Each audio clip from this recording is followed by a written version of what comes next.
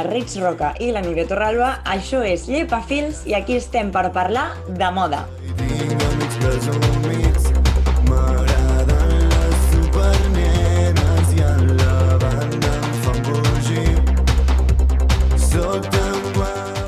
Portem unes setmanes d'allò més enfeinades i és que, com us hem estat explicant per xarxes, hem fet una entrevista molt especial que la podreu escoltar avui alguns fragments. Ens han fet una entrevista que ens ha fet molta il·lusió i hem tingut l'oportunitat de gravar amb l'Adriana un capítol del seu podcast Parlem-ne, parlant durant 30 minuts únicament de com de meravellosos eren els vestits de la Sakura, la caçadora de cartes. Setmana superintensa, però que feliç, perquè a més gravar l'episodi de Parlem-ne ha estat una fantasia. Però bueno, avui us portem un capítol que sens dubte ho val. Ja tenim ganes que descobriu qui és la persona que ha participat a l'episodi d'avui, però primer, les notícies. El showroom de la 080 es reinventa i canvia de format. Ara es dirà 080 Barcelona Fashion Connect i serà només digital i al març, un mes abans de les passarel·les, el qual és una mica sorprenent, però sembla que promet. La revista Vogue Xina té nova directora. Es diu Margaret Chang, porta un cabell blau que ens flipa i serà la primera substituta de la fundadora de Vogue Xina, Angelina Cheung, que ha estat 16 anys sent la cap de la revista. La coneguda marca de sabates Camper s'uneix al moviment de l'upcycling a una col·lecció de sabates ja utilitzades, amb una etiqueta que es pot rellegir Recrafted. Podrem comprar aquestes sabates, que ja han tingut un propietari i que la marca ha reparat i redissenyat per impulsar la circularitat tant dins del seu model de negoci com en les pràctiques de consum dels seus clients, els que, a més, recompensarà amb un val de 10 euros de descompte en la seva pròxima compra per tots aquells que apostin per aquesta nova col·lecció. Per primer cop, la Milan Fashion Week ha comptat amb els dissenys de 5 estilistes d'origen africà. Ens agradaria que a aquestes alçades això no fos notícia, però ho és. I és que va ser l'any passat quan es va fundar un col·lectiu contra el racisme per poder assistir per primer cop a la Setmana de la Moda de Milan, el passat setembre. I ho van fer presentant un vídeo amb creacions dels 5 dissenyadors que hem pogut veure. I per acabar, una de les notícies que ens fa més d'il·lusió, i és que avui, dia 7 de març, el nostre estimat Uri Palomeque, sí, l'autor de la cançó amb la que sempre comença el nostre programa, ha publicat el seu primer videoclip i ho ha fet de la mà de la Juliana Canet. Tot i que inevitablement ja ens havíem muntat la nostra pel·lícula al cap de camí a la uni, a on sigui, com si la cançó parlés de nosaltres, ara ja tenim material en vídeo per veure l'actualització dels nous anys 20 de com ha de ser una nena superfashion. Vale, dues coses a comentar. Molt fort, lo de la Milan Fashion Week. El fet de que no poguessin participar dissenyadors d'origen africà em semblava absurd i quan vaig llegir la notícia vaig flipar més perquè tenien com una setmana de la moda paral·lela per ells. O sigui, és que em sembla lamentable. Però bueno, anem avançant. I el del videoclip em sembla una fantasia, la veritat. O sigui, és que han estat amb el hype durant totes aquestes setmanes per Insta i per Twitter i que ja surti a la llum, fantàstic. Sí, tant. A més, han sigut, com dèiem, unes setmanes supermogudes perquè, a més de tot el que m'he explicat, han passat diverses coses més.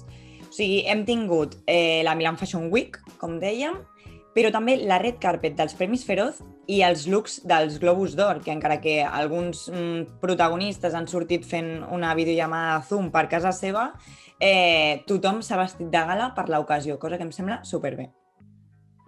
Sí, i quasi no m'ha donat temps de veure-ho tot, però cap al final de l'episodi avui parlarem d'un momentazo dels Premis Feroz amb molta càrrega política que han incendiat les xarxes. Una notícia que, explicarem això al final de l'episodi, però que ens va com anella del dit pel tema que tractarem avui, perquè parlarem del significat que pot tenir la roba més enllà del seu disseny, ja que, com molta gent sap, els nostres outfits parlen per nosaltres, i avui ens endinsarem una mica en allò que diuen i com ho fan. Soc una nena supermona. Com us dèiem, ara que ja hem fet un repàs de l'actualitat, anem cap al tema del que us volem parlar avui, una mica polèmic, però d'allò més interessant. Doncs sí, perquè hem volgut unir la moda amb el típic tema del que sempre ens demanen que no parlem a taula. I sembla que són del tot compatibles i fins i tot complementaris. Parlarem de moda i política. No creus que estem qualificades per fer-ho? Pel poder que ens ha concedit el nostre meravellós podcast, jo diria que sí. Però, per si de cas, hem volgut comptar amb una veu experta que ens ha ajudat a desviar alguns dubtes que teníem. I és que és innegable que ens encanta portar convidats. Ja van començar forts amb el primer, però és que Llepafils va pujant de categoria amb cada aparició estel·lar. Totalment, i és que la persona amb la que ens vam posar en contacte per obrir una mica els ulls al respecte d'aquest tema és ni més ni menys que la Marta Pontnou, assessora d'imatge ara treballant per Esquerra Republicana, articulista a Núvol i tertuliana al Tot es mou de TV3. Simpatiquíssima i amb un estilazo propi que ens encanta, la veritat. Totalment, el tall de cabell que porta és una passada, però centrem-nos en tots els coneixements que ha compartit amb nosaltres, perquè li vam preguntar sobre diverses coses, ja que, tot i que ja sabem el que és l'etiqueta, moltes vegades queda desdibuixat el significat d'una simple americana. Molta gent em pregunta, diuen, bueno, doncs, sobretot dones, no? Diuen, i què em faràs a mi? Em posaràs una americana? No, posar-te una americana i una camisa no vol dir que et converteixi en política, has de tenir un carisma i has de tenir... Hi ha 1000 peces. Està clar que una americana sempre arregla, però és que hi ha 1000 peces avui en dia i 1000 vestits, monos, granotes, jaquetes de 1000 tipus perquè no hagis d'anar a una americana si no t'agrada. Aprofitant una mica el moment d'assessoria, li van comentar que a dia d'avui encara hi ha molta gent que dubta abans d'anar a algun lloc formal on ha de donar bona impressió i que solem apostar pel clàssic combo de camisa blanca i americana i que fins i tot molts cops dubtem de la validesa d'uns texans. Jo sóc molt partidària de seguir que tothom mantingui el seu estil propi. Hi ha gent que no en té, hi ha gent que diuen que no en tinc. Tothom té alguna cosa. Tothom té alguna cosa, malgrat hi hagi gent que es pensi que no. Tothom té alguna cosa que l'identifica de diferent amb una altra. I no ens hem de disfressar, no hem d'anar a una entrevista de feina amb una americana perquè ens han dit que s'ha d'anar formal, perquè tu pots tenir un vestit preciós, amb mànigues, amb coll, amb punys i donar el mateix pego que anar amb una americana. L'únic és que és trobar-ho i obrir una mica més aquest ventall, perquè ara ja no és només tan senzill com això, o com sabates de taló. No deien, doncs posa't unes sabates de taló. Doncs no em vull posar unes sabates de taló, perquè les sabates de taló fan mal, encorseten i gairebé per mi són símbol d'una tortura. Ens va encantar la seva proposta per l'individualisme de poder vestir de manera que la nostra personalitat s'hi vegi reflexada, perquè la veritat és que nosaltres també creiem en això. Tant de bo, a poc, com a societat ens anem traient algunes tonteries que portem a sobre i que sembla dictar que hem d'anar tots amb combo de colors foscos i siluetes rectes. Tal qual, la Marta ens animava que cadascú intenti descobrir el seu estil propi i es comenci a mostrar tal com és, mitjançant la roba. Sempre d'acord amb l'ocasió, això sí, però fidels al nostre estil. I això s'aplica tant en el dia a dia de cadascú com fins i tot en la política, on també sembla que el tema vestuari està més acotat. El que és més coherent en un partit polític és que el que tu estàs representant i que les teves idees vagin d'acord amb el teu vestuari. Sempre s'ha cregut que les corbates, els trajes jaquetes anaven associats a la política, però era perquè era un tipus de persones, perquè la política només era a un sector, sobretot homes, només eren homes, i eren homes o de dretes o d'esquerres, i llavors es diferenciava molt fàcilment. Els de dretes anaven amb corbates i els d'esquerres intentaven no anar-hi, però també seguien amb corbates. Però com que era un codi general, perquè eren homes, traje era una cosa molt senzilla, no? Trajes homes i corbata, i ja està. Cada un podia fer més bé o més malament, però clar, ens incorporem les dones, comencen a entrar nous partits, noves ideologies, i la gent té més personalitat, o sigui, i s'obre més de ment de dir, bueno, és que potser no tothom ha d'anar igual. Hi ha 1000 peces, està clar que una americana sempre arregla, però és que hi ha 1000 peces avui en dia i 1000 vestits, monos, granotes, jaquetes de 1000 tipus perquè no hagis d'anar a una americana si no t'agrada.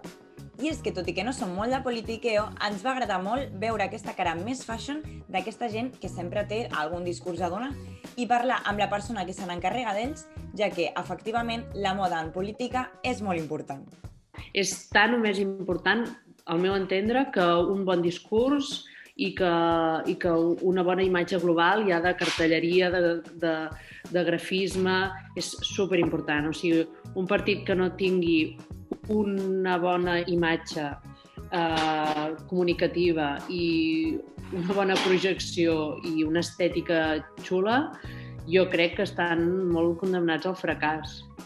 Però la relació entre moda i política no només la trobem en els outfits dels caps de govern, sinó que efectivament la Marta ens va confirmar que la moda també és política i que, per suposat, les marques, amb els processos que tenen implementats, també donen un missatge sobre el que recolzen i el que no, o sobre si es preocupen per uns temes o per d'altres, com els polítics, com per exemple en el tema de la diversitat de talles. Diu que les marques de fast fashion molts cops ens colpegen aquí amb un maltracte psicològic a través de les talles que és difícil de sortejar. Els meus articles i sempre que puc a la televisió sempre poso, per exemple, aquesta falca d'aquest tipus de maltractament psicològic cap a les dones amb el tema de tallatge, que et fan un tallatge en el qual has d'entrar sí o sí. I en el cas de roba per adulta, de marques de fast fashion, que venen a ser Zara, Bershka, Stradivarius i tal, aquestes marques no són gens flexibles. I amb els adults, doncs, tens aquest marge mental que si una cosa no t'agrada, doncs vas a buscar una altra. Però, per exemple, amb els nens, això no està passant. I els tallatges que hi ha de nens, sabeu que hi ha una edat, que és aquesta dels 10, 11, 12, que els pesos de les nenes van com revolucionats i unes pesen més, l'altra és esprimatxada, l'altra encara és baixeta, l'altra ja fa l'estirada, l'altra ja li han crescut els pits i llavors tenen un guirigall de talles que no saben què han de fer i les de nens no els hi van bé. Llavors han de saltar adultes i les adultes sabeu que és roba sexualitzada. Llavors, per exemple, hi ha marques que tenen la política de gairebé totes les marques de roba, fast fashion, tenen la política d'ells mateixos, de fer pasta, de vendre i vendre. O sigui, no n'hi ha cap que sigui conscient, o sigui, que tingui una consciència social. Com a molt sí que fan totes, això sí, totes tenen consciència amb el medi ambient, tenen una col·lecció sostenible, però els temes que realment interessen, sembla molt bé que salvi el planeta, però també s'ha de salvar la humanitat. Llavors, els temes de dones, separació de roba per gènere, que la roba no tingui... que la roba no és això, té un gènere, o sigui, és masculí, és de nen o és de nena. I després, si treuen alguna col·lecció que Zara ho va intentar fer, per exemple, va treure una col·lecció sense gènere, és masculinitzada la roba. O sigui, no hi ha una faldilla sense gènere, hi ha uns pantalons, és roba de nen que se la poden posar nenes, però no hi ha roba, una faldilla, per exemple, i et diuen, mira, aquesta faldilla de color gris és sense gènere. És una passada, No ho pensem perquè ja ens hem acostumat a que això funcioni així, però la veritat és que no m'estranyen els moviments posats en marxa, sobretot per part de les persones amb talles no normatives que ho pateixen. I tant, perquè a més, la gent que portem S, M i fins i tot L, vivim com en un privilegi que podríem dir que és còmode, no? Perquè quasi no hi hem de pensar en això. Però si fins i tot entre aquestes talles molts cops hi ha conflicte, imagina't en el que ella deia de roba infantil o en talles per sota i per sobre de les 3 que diguéssim que hi ha al mig, no? Una de les conclusions que ens ha agradat que hagi sortit a la conversa és el valor de les marques petites, que sens dubte estan apostant per aquests canvis d'allò més necessaris. Polítiques s'han d'anar a buscar bones, s'han d'anar a buscar empreses petites, a productors locals o a productors... Aquí a Catalunya tenim la Míriam Ponsa, per exemple, que ha fet una col·lecció i les models, per exemple, és una senyora que passa dels 60, saps? N'hi ha uns també de Granollers que també fan unes peces de roba amb roba reciclada també i fan sense talles perquè tu puguis... O sigui, són petites coses que es fa més a nivell local i això que a grans companyies. Les grans companyies per ara només miren pels seus interessos econòmics, esclar. Sens dubte, una entrevista que vam gaudir moltíssim i que podreu sentir sencera en molt pocs dies. I tant, super entretinguda i amb molta informació que ens va encantar, que compartís amb nosaltres. I jo aquesta setmana el que us porto està relacionat amb tot el que hem estat parlant. Avui us porto un recull de moments on la moda ha sigut molt més que roba i s'ha barrejat per complet amb la política. Perquè si hem estat parlant de com la roba ajuda els polítics a reafirmar el seu discurs, també nosaltres la podem utilitzar com a vehicle d'expressió, reivindicació i crítica. No oblidem que tots els nostres actes es poden polititzar i la roba no deixa de ser una eina més que funciona com a mirall de la societat. Totalment, no deixa de ser una forma per manifestar-nos i expressar-nos molts cops. Exacte. Nosaltres mateixes en defensar una manera de consum responsable i respectuós amb el medi ambient i els treballadors involucrats en tot el procés ja ens estem posicionant. Ètica, inclusivitat i sostenibilitat com a pilars. Exacte. És per això que m'ha semblat guai portar diferents moments on aquests posicionaments s'han vist clarament reflexats en la moda i com després s'han pogut adaptar a les masses en general. Sona molt guai. Té pinta que aquí portem un recull de momentazos que han quedat per la història i que al final molta gent ha pogut agafar com a referent. Espero que la moda hagi sigut un factor clau en les revoltes de tots els temps. Doncs sí, i començarem per la dècada dels 60 i destacarem el paper d'Angela Davis, activista dels drets dels afroamericans. Ella lluïa el seu cabell afro com a símbol d'orgull negre i durant aquesta dècada, als Estats Units, portar els cabells afro va passar de ser un simple tret estètic a tot un símbol i exaltació del seu propi estil en contra dels estàndards socials. Aquest tret, òbviament, també el van adoptar els Black Panthers, qui vestien amb indumentària de cuir i talons cubans. Tota aquesta estètica posada en aquest context i vestida per aquestes persones tenia un significat polític per ell sol. Totalment. I és que el tema del cabell afro jo crec que encara és una cosa que s'ha de tractar fins i tot a dia d'avui. A veure, sembla que anem avançant, però sí que és veritat que encara no està solucionat. I ole, Angela Davis, per en aquell moment ja marcar-se un statement i començar a reivindicar-se per aquest sentit. Sí, totalment, perquè si t'hi fixes, normalment a la tele tu veus a dones i el cabell que porten és llis, o sigui, és com ni un rissat com el teu, quasi costa de veure, llavors és com... Bueno, nois, diversitat, per favor. És que es diu, a més, o sigui, hi ha molta gent que encara és com, o noies això, que han portat el cabell rissat i tal, perquè s'associa el llis amb la professionalitat, com que, bueno, t'has pentinat, no? Perquè com el cabell rissat pot ser més alocado, més així, no sé, que pot semblar, si te l'has allisat, estàs recte, estàs formal, preparada, professional, no? Però jo crec que ho estem canviant i, sisplau, sí. Tornem al context. Anys 60. Exacte, sí. Exacte, continuant amb la mateixa dècada, la dels 60, porta un fet que em mola molt. Germaine Greer, no ho sé pronunciar bé, és una acadèmica i escriptora australiana. Durant el segle passat va ser un dels grans referents feministes i va ser qui va declarar la següent frase de «Els sostens són un invent ridícul». Poc temps després va haver les protestes contra Miss Amèrica, on es van llançar dins d'un cubell de brossa tot tipus d'objectes relacionats amb aquest concurs, entre ells sostenidors, símbol de l'opressió que patien i patim les dones. Em sona, que és el que s'anomena, crec, la crema dels sostens, no? Exacte, però, spoiler, es veu que no es va arribar a cremar res. Volien cremar el cubell de brossa, però la poli no els va deixar.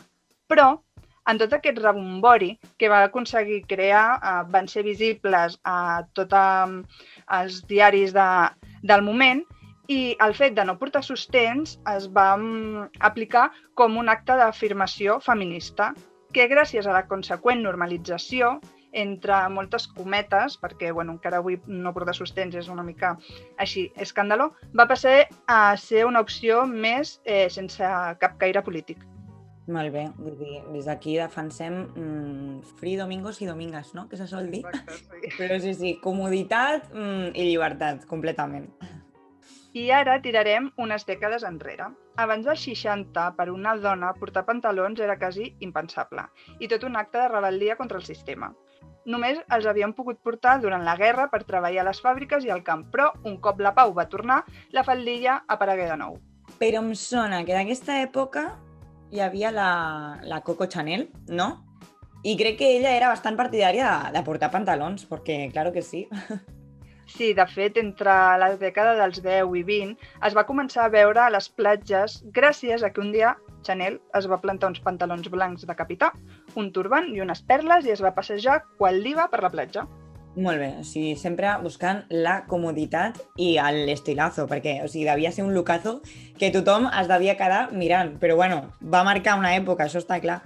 Sí, però com sempre, no es va normalitzar pel dia a dia fins que un senyor, com no, va decidir treure un smoking per dones, el famós l'smoking de Yves Saint Laurent de 1966. També ha quedat com un referent, però bueno, preferia a l'escena de l'ocazo de la Coco Chanel. Sí, perquè ficarem la foto per aquí, qui ens estigui veient a YouTube, i de veritat que veus el look i dius, el vull jo. Aquesta senyora, un 10. Ara viatgem als 80 amb un acte que avui en dia és del més normal i segur que tots n'hem vestit algun cop, però que en el seu moment va ser tota una bomba mediàtica. Es tracta de Catherine Hamnett, dissenyadora que el 1984, en una visita a la primera ministra britànica Margaret Thatcher, va vestir una samarreta amb la frase 58% no vol Pershing, en relació a l'oposició de la societat contra els míssils Pershing americans a terres angleses.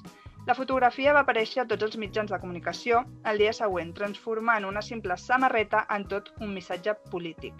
Catherine va continuar amb aquest mitjà de comunicació i el 2003 va mostrar a les passarel·les samarretes amb el missatge Stop War, Blade Out, referent a la guerra d'Iraq. Costa imaginar com en el seu moment una samarreta amb missatge podia ser tot un acte revolucionari i a dia d'avui és la tònica habitual a qualsevol manifestació. Totalment. A més, la tia va saber treure profit. A dia d'avui ven samarretes de cotó amb missatges estampats per uns 100 eurets de res.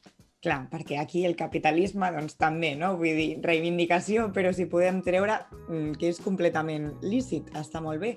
Però bueno, oye, per ser en el seu moment la primera en fer-ho, no em sembla malament.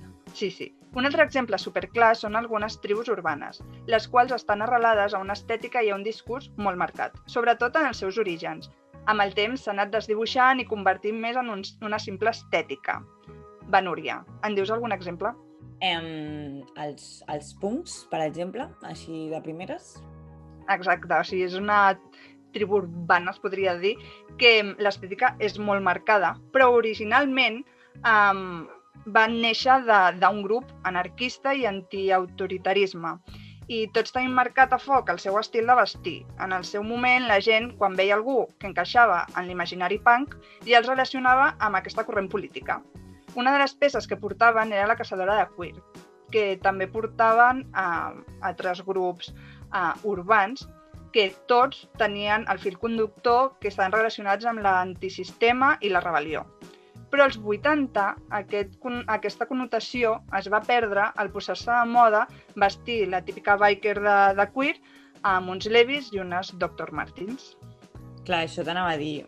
M'alegro en part que ara ho puguem portar com... O sigui, que puguis triar també què té missatge polític i què no, perquè al final totes les peces de roba tenen una història i si haguessis de relacionar cada element de l'outfit amb un missatge polític pel matí seria com escriure un discurs, no? Vestir-se.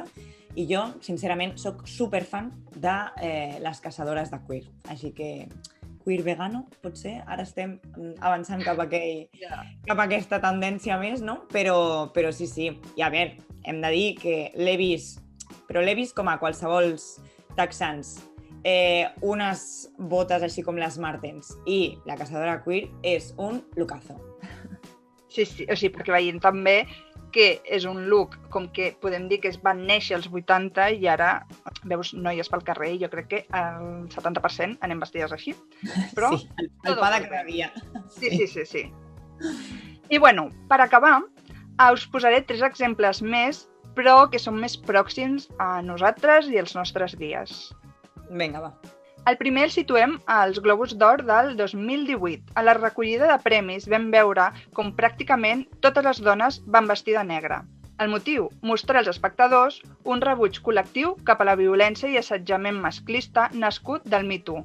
La iniciativa, anomenada Time's Up, va ser una forma de transmetre aquest moviment a través de la roba. Va ser fort, I m'agrada que, és una manera supervisual de transmetre-ho, tot sabent la connotació i la importància que té la moda en aquests esdeveniments. I la veritat és que impacta veure la foto grupal de les assistentes totes vestides de negre. Sí. I un altre moment molt sonat i que va generar molta controvèrsia va ser la visita de Melania Trump a un centre d'atenció de migrants on la majoria eren menors separats dels seus pares a la frontera amb Mèxic. La senyora es va presentar amb una jaqueta del Zara on a l'esquena es podia llegir I really don't care. Do you? O sigui, realment no m'importa. I a tu? Vamos a ver. O sigui, senyora. Fort, que fort. És que és molt fort, Estàs visitant un puto centre on teniu nens amb gàbies. Què m'estàs explicant? I en totes les polítiques migratòries del seu marit, de Trump, la gent va flipar, la veritat.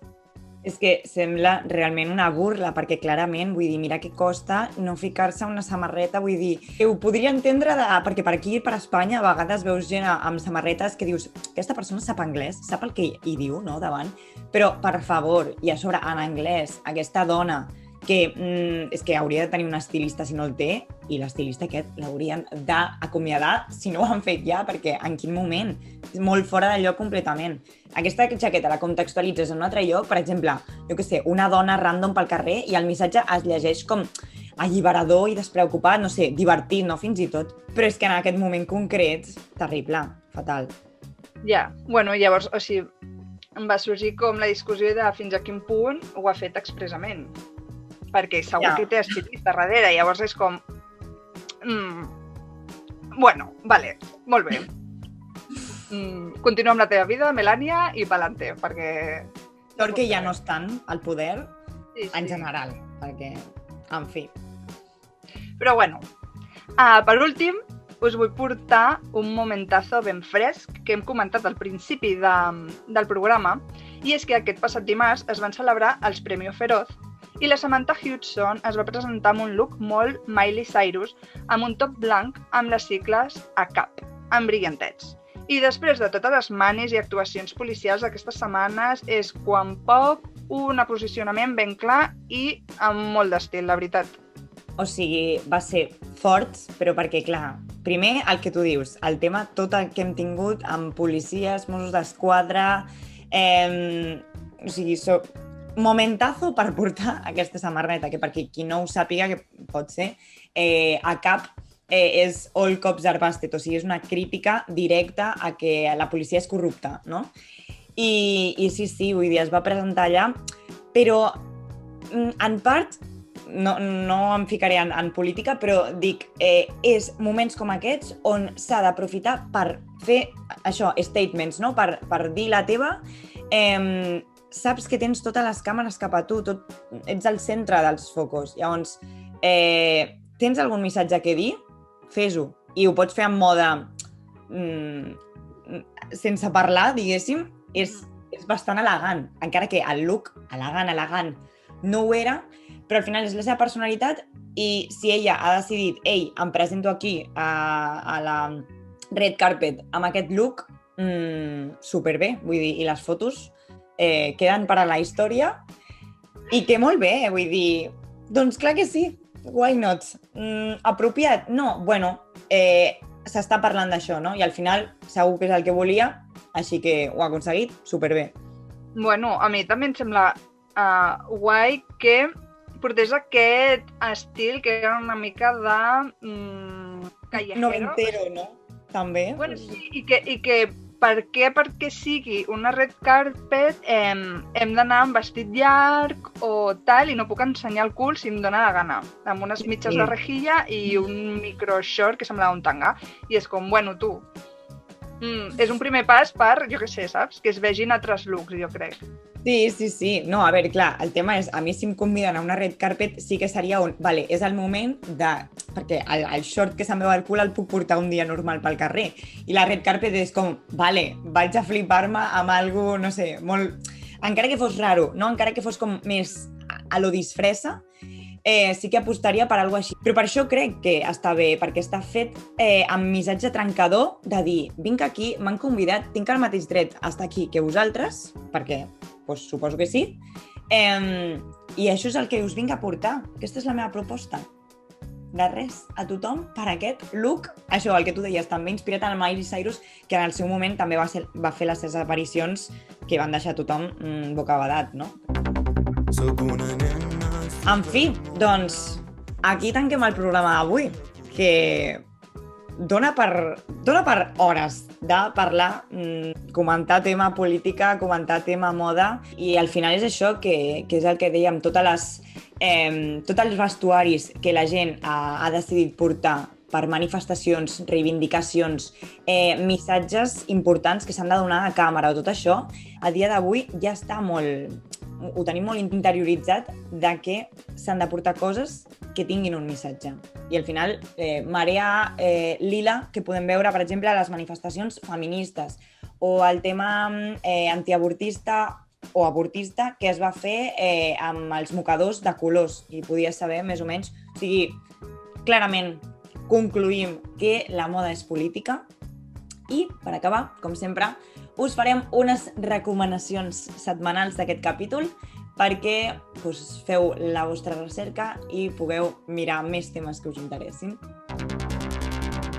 Jo, en relació al capítol d'avui, la meva recomanació serà la compte d'Instagram @política-i-moda, que és el compte de la Patricia Centeno, que és una periodista especialitzada en el llenguatge no verbal que fa una mica d'anàlisi de diversos contextos, de fotos, el que acabes de fer tu, Raquel, doncs de l'actualitat, no? Les aparicions públiques de gent important i quin és el missatge que estan donant amb la seva roba. A mi m'ha semblat molt interessant, el porto seguint des de fa temps i he pensat que era clau presentar-vos-el en aquest programa d'avui. Molt interessant perquè, en el moment en què algú que en sap reflexiona sobre ei, aquest vestuari vol dir tal, no sé qual, tu des de la teva ignorància dius, pues, vale. Joder, o sigui que no, que hi ha com coses pensades darrere d'una simple americana o una corbata d'un color o un altre. I et desperta la consciència també de que un cop comences a veure que tot això té un significat, comences a buscar-li el significat a les aparicions d'altres polítics, no? Quan van sortint o d'altres persones importants. Sí. Pues jo avui us porto un llibre, que és d'on he tret bastanta info del programa d'avui i es diu 100 idees que canviaron la moda, de l'editorial Blume. És un recull de 100 fets que en el seu moment van suposar un abans i un després a la moda. Trobo que és una alternativa molt lleugera a llibres d'història de la moda, ja que aquests fets són més propers a nosaltres, els pots relacionar més amb el context d'avui en dia. A més, té moltes fotos d'exemple i el text és curtet i directe. A més, hi ha una col·lecció de 100 idees que canviaron i, per exemple, hi ha 100 idees que canviaron la moda urbana, 100 idees que canviaron a l'art, i depenent de la temàtica que t'agradi més, pots trobar informació molt curiosa i que és lleugeret de llegir. A mi m'agrada molt, la veritat. Superbé, sí, perquè al final és això, veure com els punts claus i a sobre de manera molt visual de moments històrics. I si és de moda, aquí ens encanta. I això seria tot per avui, oi que sí? Però no ens anirem, com sempre, sense abans donar les gràcies a dues persones. La primera, l'Anna Cervero, que ens ha fet tot el disseny gràfic del podcast, com ja sabeu, i que la podeu trobar com a cervero.design a Instagram, i el protagonista d'avui, l'Oriol Palomeque, que, com us hem dit, té nou videoclip i que ens ha cedit aquest hitazo perquè sigui part de la imatge del nostre podcast i per posar-nos a to sempre abans i després del programa i en els nostres temps lliures, que no ho ocultarem, també t'escoltem mentre anem al bus, al metro, cap a la uni, cap a treballar. Oriol, som fans. Així que aquí ens acomiadem i esperem escoltar-nos ben aviat. Adéu! Sóc una nena supermona i això no és fàcil de portar. La més distreta de la classe passem